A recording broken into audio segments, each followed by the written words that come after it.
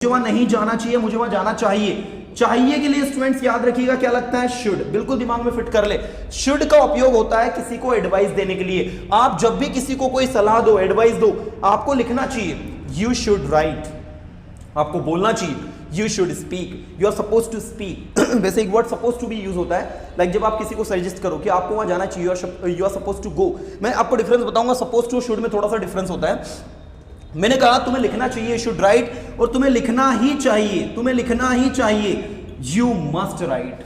Got it, you must write. ऐसे ही next है, तुम्हें लिखना चाहिए यू ऑट टू राइट, तुम्हें बोलना चाहिए यू ऑट टू स्पीक, तुम्हें बोलना पड़ता है, जो काम आपको करना पड़ता है, जो काम आपको करना पड़ता है, यू हैव टू डू, आपको यहां आना पड़ता है, you have to come here, आपको वहां जाना पड़ता है, you have to go there, आपको वहां जाना पड़ता था, you had to go there, आपको वहां जाना पड़ेगा, you will have to go there, आप वहां जाया करते थे, जो भी काम आप किया करते थे स्टूडेंट्स, उसके लिए लगता है यूज्ड टू।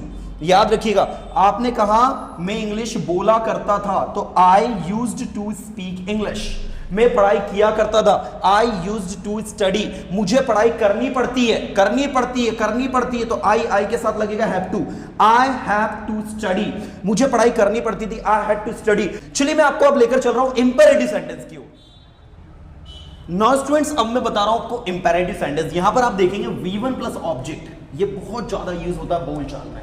आप जब किसी से कहें वहां जाओ, देखिए आपने हिंदी में कहा वहां जाओ, आप जब इसे इंग्लिश में कहोगे तो जाओ के लिए पहले आपको वर्ब लिखनी है गो, और वहां को बोलते हैं हम लोग देयर, तो आप इंग्लिश में कहेंगे गो देयर। अगर आप उससे रिक्वेस्ट करें कि कृपया वहां जाओ, तो इसी के आगे आप लिख देंगे स्टूडेंट्स प्लीज गो देयर, कृपया बोलो, प्लीज स्पीक, कृपया इंग्लिश बोलो, प्लीज स्पीक इंग्लिश। इसी तरीके से जब आप किसी को कोई काम करने के लिए मनाही करें कि वहां मत जाओ, डोंट गो देयर, सेंटेंसेस मत बनाओ, डोंट मेक सेंटेंसेस, अपने कॉपी पेन निकालो, लिखना शुरू करो, take out your copy and pen and start writing, बोलना शुरू करो, स्टार्ट स्पीकिंग। अब आप कहोगे सर स्टार्ट स्पीकिंग, इसमें आईएनजी क्यों लग रहा है? भैया स्टार्ट वर्ब ऐसी है जिसके साथ अगर कोई न्यू वर्ब आती है तो उसमें हम आईएनजी लगाते हैं, दैट इज वाई। स्टार्ट पर बेस्ट वीडियो मैंने बनाया है, आप देख लीजिएगा उसे। मैंने कहा वहां जाओ, गो देयर, वहां मत जाओ, डोंट गो देयर, वहां कभी मत जाओ। स्टूडेंट जब बात कभी मत की होगी तो आप लगाओगे नेवर गो देयर, और वहां हमेशा जाओ, हमेशा के लिए यूज होता है ऑलवेज, हमेशा के लिए यूज करते हैं हम लोग ऑलवेज गो देयर, हमेशा दूसरों की मदद करो, ऑलवेज हेल्प अदर्स, हमेशा सेंटेंसेस बनाओ, ऑलवेज मेक सेंटेंसेस, हमेशा लिखो, ऑलवेज राइट, हमेशा बोलो, ऑलवेज स्पीक, हमेशा अच्छा बोलो, ऑलवेज स्पीक वेल। राइट, उम्मीद करता हूं डियर स्टूडेंट समझ में आ रहा होगा। टफ नहीं है, थोड़ी सी प्रैक्टिस की जरूरत है आप लोगों को। ज्यादा से ज्यादा आप लोग प्रैक्टिस करें। सबसे पहले तो आप जितनी ज्यादा प्रैक्टिस करेंगे, the more you practice the more you learn, that is the simple concept guys. जितनी ज्यादा आप प्रैक्टिस करोगे उतना ज्यादा आप सीखोगे। इसके बाद मैंने कहा वहां कभी मत जाओ, नेवर गो देयर, वहां हमेशा जाओ, ऑलवेज गो देयर, चलो हम चले, कम ऑन, चलो हम चले, चलो हम चले, आओ हम चले, तो मैंने कहा लेट्स गो, चलो हम लिखें, लेट्स राइट, चलो हम बोले, लेट्स स्पीक, चलो हम दूसरों की मदद करें, लेट्स हेल्प अदर्स, चलो हम सेंटेंसेस बनाएं, लेट्स मेक सेंटेंसेस, चलो हम लिखें, लेट्स राइट, चलो हम क्रिकेट खेलें, लेट्स प्ले क्रिकेट, चलो हम हॉकी खेलें, लेट्स प्ले हॉकी। इसके बाद आता है students practice session.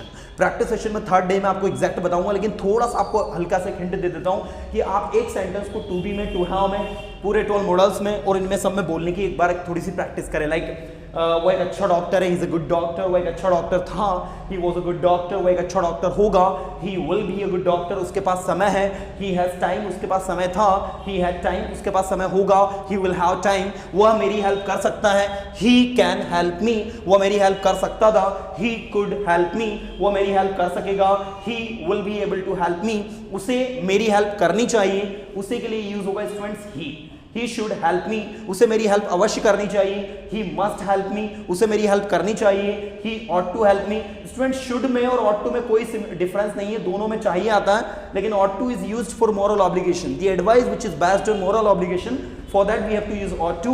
the next we have have to, मुझे बोलना पड़ता है, I have to speak, मुझे बोलना पड़ता था, I had to speak, मुझे बोलना पड़ेगा, I will have to speak, मैं बोला करता था, I used to speak, मुझे बोलने की जरूरत है, I need to speak, और मुझ में बोलने की हिम्मत है, I dare to speak। इस तरीके से आपको इनको बार बार प्रैक्टिस करना है। मैंने कहा ना, the more you practice the more you learn, very simple concept guys. So just practice all this things that I am teaching you. इनको ज्यादा से ज्यादा प्रैक्टिस करो, अपने दिमाग में फिट करो।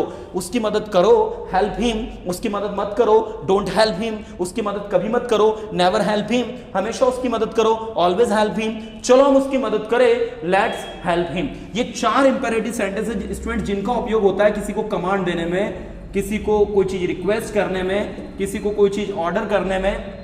ये इसके अलावा और भी जो अलग अलग सिचुएशंस होती हैं उनके साथ आप इनको वर्ब से बिगनिंग से शुरू करते हैं। तो कोई टफ नहीं है, थोड़ी सी अगर आप प्रैक्टिस करते हो तो आप आसानी से इनको लर्न कर सकते हैं। याद रखिएगा स्टूडेंट, सिर्फ आपकी और आपकी प्रैक्टिस आपको एक अच्छा इंग्लिश स्पीकर बनाएगी।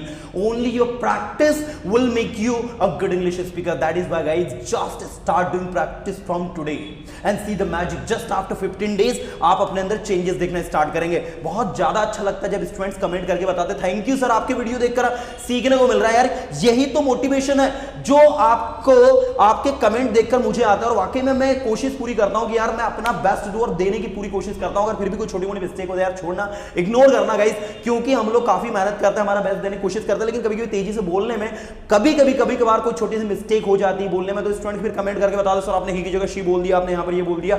यार जब वीडियो रिकॉर्ड होता है तो हम लोग इतना माइंड नहीं करते हैं, हम लोग प्रैक्टिकल क्लासेस लेते हैं, प्रैक्टिकल स्टूडेंट्स को पढ़ाते हैं, तो इसमें टंग स्लिप हो जाती है, कभी कभी कोई वर्ड इस तरीके से बोल दिया जाता है। So sorry for that guys. अगर वीडियो अच्छा लगा तो फटाफट वीडियो को शेयर कर दो अपने फ्रेंड सर्कल के साथ में। और 3rd डे का वीडियो और भी ज्यादा इंटरेस्टिंग होने वाला, आपको बताऊंगा मैं कि कैसे इनको और आप अच्छे से अच्छे प्रैक्टिस कर सकते हो। प्रैक्टिस सेशन की इंपॉर्टेंस आपको बताऊंगा, साथ ही टेंस की एक सुपर डुपर ट्रिक आपको बताऊंगा जिसकी मदद से आप टेंस जल्दी से जल्दी सीख जाए। नेक्स्ट वीडियो में अच्छे कंटेंट के साथ फिर मिलूंगा कुछ नई चीजों के साथ। तब तक के लिए टाटा बाय, जय हिंद।